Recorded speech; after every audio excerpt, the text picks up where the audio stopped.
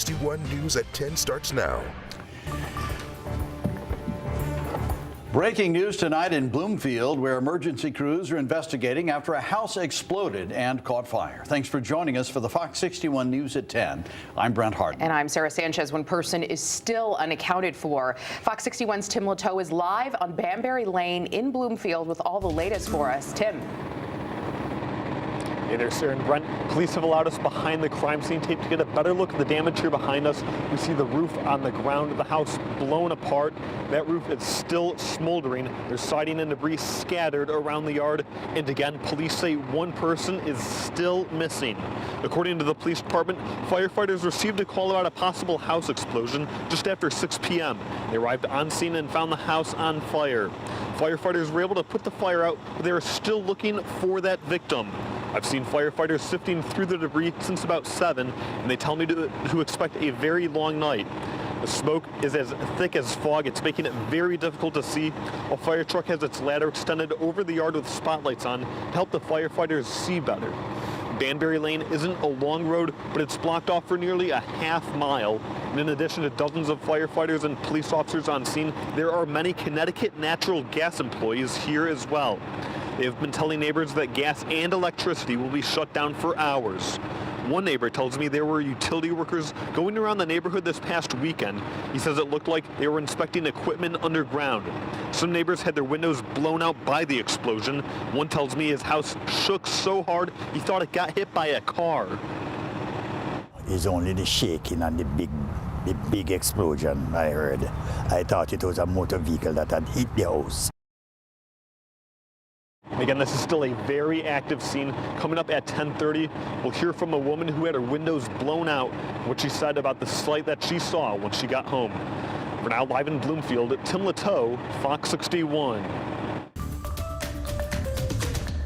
I haven't heard anybody from the council, from the mayor's office. Right. I haven't heard not one comment. Where are you when these families need you? Dozens of people spoke at tonight's Hartford City Council meeting. It was the first meeting since 2 deadly police shootings happened within about a week of each other, and both calls started as mental health calls. Fox 61's Kay Pattyfoot was at tonight's meeting and shares the main message neighbors wanted to get across. People at Monday's meeting were fired up. They want the officer who killed Stephen, or better known as Stevie Jones, fired, and they also want better mental health resources for those in the city. Mr. Jones should be with his family. Mr. Walker should be with his family. Somebody dropped the ball. 2 police shootings had the Hartford community demanding answers, and they brought that anger straight to Monday night city council meeting. We've been talking about mental health for how many years? And it's rampant in our community. Practically everybody in our community is traumatized. They see so much violence that then when it happened to them, it's just a norm. 2 black men, who police say were suffering from a mental health crisis, were shot and killed in separate incidents within about a week. Everard Walker was killed on February 19th, and Stephen Jones, who was known as Stevie, was shot on February 27th and died a few days later. The community, family members, and activists say both men should still be alive. He would have hurt no one, but he had to die the way he did. So my question is to the council is like, what are we going to do to prevent this happening from any other family? I do stand here because I know that this shouldn't have ever happened, specifically in our neighborhoods. This is a neighborhood where everyone sort of knows everyone. During public comment, people like Shamar Logan said the city needs more than concerned looks and shaking of heads. Will this city choose real accountability?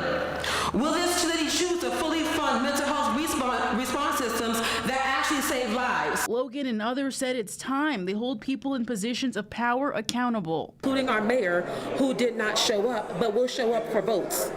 So it's important to hold him accountable as well and show up however we can, wherever we can, to make sure that justice is served. Council President T.J. Clark says he was heartbroken when he found out what happened. My sentiments and my condolences go out to both the Jones and Walker family regarding the tragic loss of 2 fathers, 2 black fathers.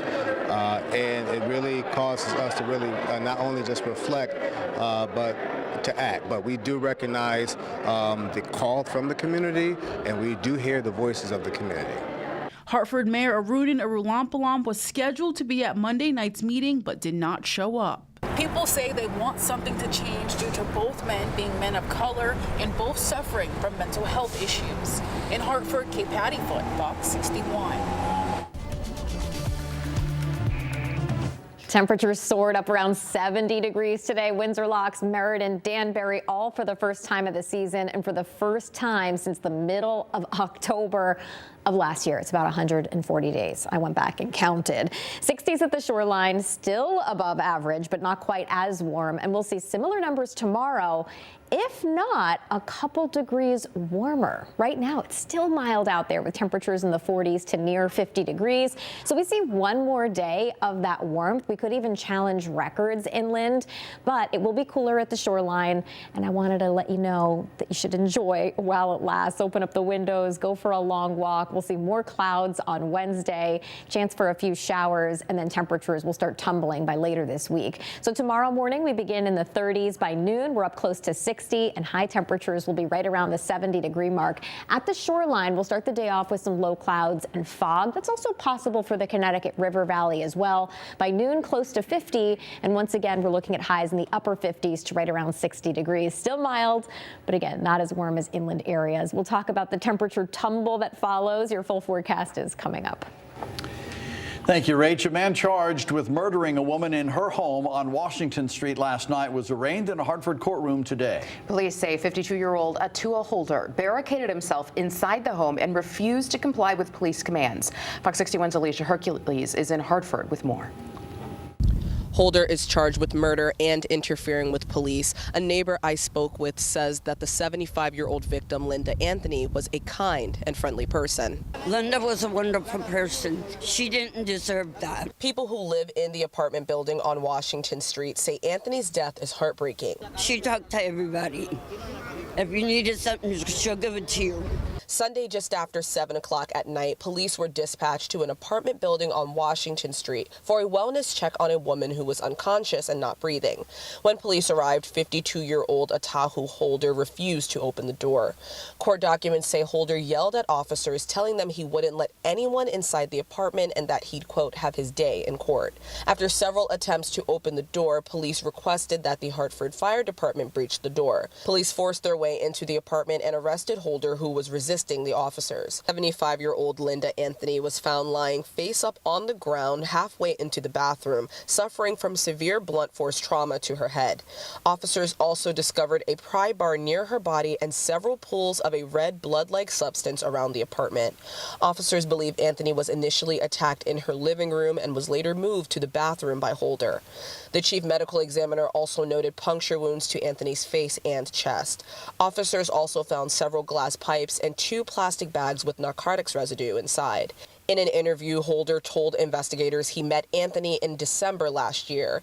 He said she invited him to stay at her apartment to help with house chores and pay rent when he could. Sunday night, he said Anthony became aggressive and attacked him with a knife. He says he doesn't know how she got her injuries and claims she could have injured herself. Holder is being held on a $1.5 million bond. He's expected back in court on April 7th. In Hartford, Alicia Hercules, Fox 61.